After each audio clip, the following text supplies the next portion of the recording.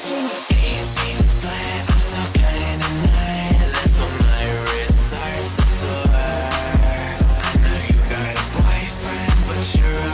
here we are, the Scream movies. I told you guys I'd come out with this one, but I just thought instead of doing just 6, let me do 5 and 6. The newest trilogy, soon-to-be trilogy of the Scream franchise, nearly 10 years later after Scream 4. And this movie surprised me. One might say made me a fan of this franchise. Because I'm not a 90s baby. I wasn't born yet when the first 3 were in theaters or came out. But I was around for when 4 came out, and I was not a fan of anything scary at that point. But now I am older. I am more wiser. And I know what I want to watch and what I like to see in life. And I thought, hey, I like spooky stuff sometimes.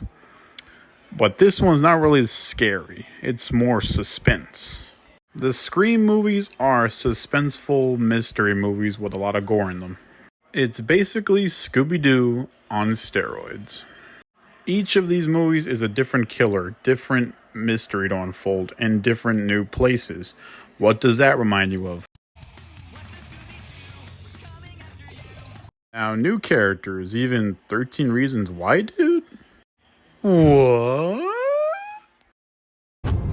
Hi. Hey, we're just moving in. You see that fence? Yes. Stay on your side of it.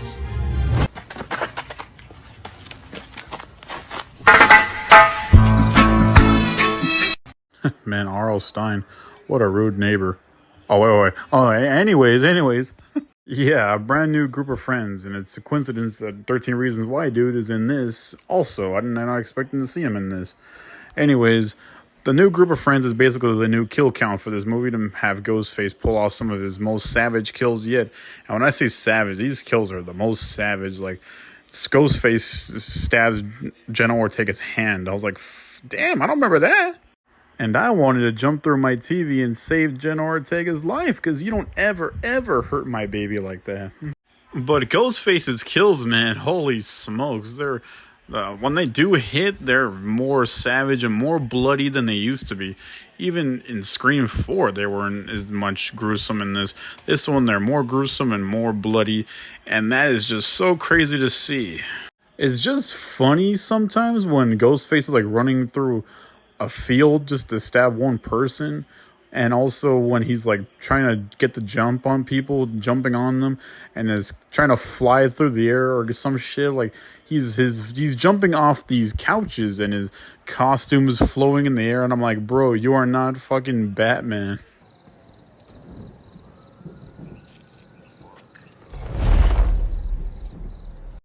Dude, that is a total Batman movie. You cannot tell me it wasn't. They knew what they were doing with his flappy black costume. One thing for certain is that the mysteries have gotten better in these movies. This movie totally keeps you guessing. And when the actual killer is revealed, I did not see that coming. One of them I saw coming. It was pretty obvious to me from the beginning. But the second one, I did not see coming. They got the most harmless, nicest looking dude ever, and he turned out to be a gruesome killer, and that was so messed up to see him be mentally unstable.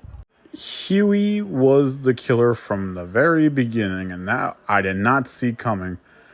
But them showing that Richie and Amber were the killers, Amber was so damn obvious. Like, looking the look in her eye, and she was just like, yeah, you look like you could be unstable.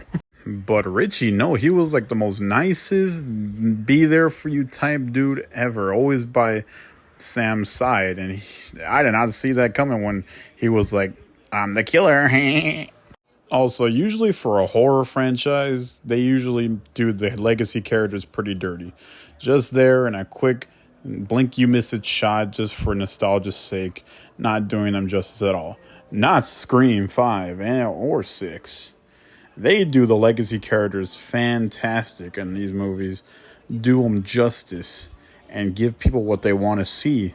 Because Neve Campbell, Courtney Cox, David Arquette, they all, even Hayden Panettiere, they all have faithful, done right roles in these movies. They're support characters. That is awesome to see. Not just coming in for nostalgia's sake, then leaving. No, they are actually here to help with the Ghostface situation. And that's fantastic. All the characters from the old movies, most of them that were important and started this whole thing, they are mentioned too. And they are used well in the best way they can, because Sam is Billy Loomis's daughter. I did not expect that at all, and I was like, shit. So one of the good guys, the father, is one of the murderers from the first movie. That is heavy. It's heavy for Sam too, because she's like tripping balls and having like weird hallucinogenic sightseeings of her dead father, and that is just crazy. And to see the characters go through such a thing. And Melissa Barrera brings her character to life pretty well. Like the character of Sam, like being a stable person and also holding a very dark past behind her. That's really cool. Even Jenna Ortega's acting is fucking awesome in this movie, and she's not even in it that much. Anyway, onward to NYC. Time for the next movie. Now, I didn't see this in theaters when it came out. I saw this last week. I bought the 4K. I saw it last week. So, how was Scream 6? And it was really, really goated ass sequel, bro. That's what I'm talking about. The mystery in this movie really ties 5 and 6 well together, and they're like a nice little double feature wrapped well tight in a bow. And that was pretty cool. I mean, especially knowing where the next movie is going to be taking place, and also when it's going to be taking place. Anyways, now we're in New York City. After moving and getting away from Woodsboro because of the situation in the last movie, Sam and Tara move to New York City and bring her 2 buddies, the Meeks. Randy Meeks is nephew and niece. They're really good friends with Sam and Tara, and apparently so good that they all moved to a whole new damn city. Friendship goals. Am I right? Friendship goals. Anyways, I think this movie has the most scary Ghostface that we've seen on screen, because he, not only that he gets your shotgun and shoots you in the face, it's also because how durable and how fast and how cunning this Ghostface is compared to the last one.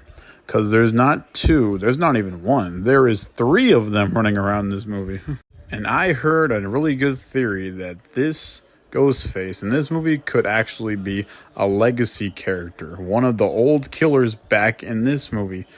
I heard someone say a long time ago, before this movie came out, that they thought that this Ghostface in this movie would be Stu Macher from the first movie, because he was wearing an old Ghostface mask that had some age on it. It's seen some stuff. So I was like, oh, that makes kind of sense. Plus, you have the shrine of all the past killers too. I would think that like Stu just found out all the other killers and got all their gear and made a shrine in New York City. Then Stu Macher coming back from the dead would be a crazy twist. But after watching the movie, I can say confidently that would make no fucking sense whatsoever. And that's fine. Having old legacy characters come into fruition, that's cool, but also it's going to be done really crappy if they just bring them back for no good reason, really. I don't need a somehow Palpatine return type shit in a Scream movie, you know? It would have made 0 sense, and these are all humans at the end of the day. They're not fucking superheroes or even superpowered beings or anything. They're not Jason Voorhees, they're not Pennywise, they're not Michael Myers. All the Scream killers are just regular ass people that are mentally unstable. I didn't expect there to be a fake Ghostface in this movie, just some weird dude walking around in a Ghostface mask. I know because movie is set during Halloween, that's fine, but like this guy wanted to be a heavy hitter, an actual Ghostface killer, and it's just Flash Thompson killing his drama teacher from his university because the teacher, she gave him a bad grade, and I'm like, what the fuck? A total weirdo, a total goofy goober, because Flash Thompson got killed by the real Ghostface killers in this movie, and Ghostface finally says something I never thought I'd hear him say. He says, "Who cares about movies?" Because in every Scream movie, it's a movie within a movie. Especially since one of the Meeks, one of my favorite characters, played by Jasmine Savoy Brown, and she was also the Tinkerer, Finn Mason, in Spider-Man Miles Morales. And I thought that was pretty cool, seeing her in a movie. I had never seen her in a movie, I just seen her in that game. So her being Randy Meeks' niece was pretty cool, because she was the movie buff, just like him. She knew exactly what was going on. And Randy Meeks was my favorite character in the old movies too, because movie buffs, all these things, he knew exactly what he was talking about.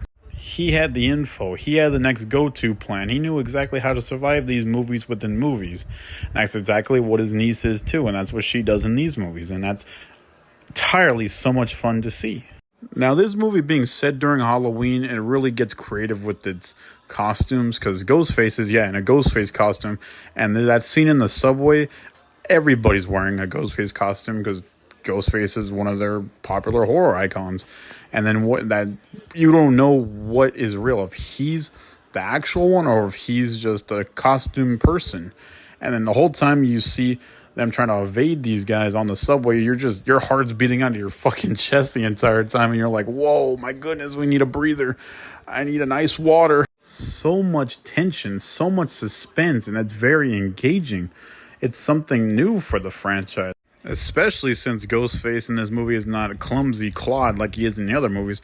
This guy knows he has a mission. He knows exactly what to do, and he'll destroy anyone who gets in his way and from achieving that goal. That's why he just snatches your weapons and uses them against you, and he just slashes all these folks that are in his way. Like in the grocery store scene, he just slashing that way at people. Slash, dash, gonna cut a hole in your ass. All that. And that's why seeing a brand new killer doing brand new things in a brand new way is way more engaging than having a legacy character come back from the old movies, just for cheap nostalgia bait. And Hayden Panettiere is back as Kirby from Scream 4, and I totally thought she died. And I was like, we just see her die, she just passes out, and then she's nowhere to be seen for the rest of the whole movie. And then now she's in this movie, and then she's a total FBI agent, and she's helping Sam and Tara take down this Ghostface. And there was a ruse. When the Ghostface killers were finally revealed, there was a ruse making me, I even thought, I was even sold on the thing, on the idea of Kirby being a Ghostface killer, because that was kind of crazy. Like, she would be like, she felt so helpless in that moment back in Scream 4 that she wouldn't want to be helpless again. She want to have power. She want to have the upper foot. But that wouldn't have made sense either, because she just wants to be not helpless and do the right thing, because she's not an asshole. She's just a clever cop. But I give props to the movie for making me even think that would be a possibility, because it's not Kirby who's the killer. It's the father of Richie, the past killer from from the last movie. And his brother and his sister, both younger. And again, I am getting so tired of having little twerps being the killers in this movie. Like the dad, it could have just been the dad, and that would have been fine. But no, you have to get the son and the daughter in on it too. And I'm not scared of these dweebs. Like, these dweebs are just they're just weird teenagers doing the weirdest stuff, listening to their weird dad. I'm not scared of these guys. Like, back in Scream 4, Emma Roberts was the killer, and I was not sold on that. I'm not scared of that. Like, what the hell? It just feels weird, forced, and it comes out of nowhere. Like, just have it be the dad, because that's all you need. You will know his motives and his intentions right when he gets revealed. But after everything's been revealed, and at the end of the day, this movie slaps. It again used their characters very well, the new and the old legacy ones. It also had a better mystery, better change of venue, and just better kills from Ghostface throughout the whole thing, where the point is, it's very suspenseful and very engaging that your heart's beating out of your chest. And I am very thankful that Sam and Tara are the leads in this movie. Jenna Ortega is in this movie way more than she is in the last one. And I absolutely love that. You also really see and feel their sister dynamic their mother-daughter sort of dynamic. That's what Sam had to become to Tara. And you feel for it. It hits you. And when they are together kicking ass, it's just very satisfying to see. Now, both these movies are the same to me, so I'm just going to score them both right here. Scream 5 and 6 are both 4 ghosts.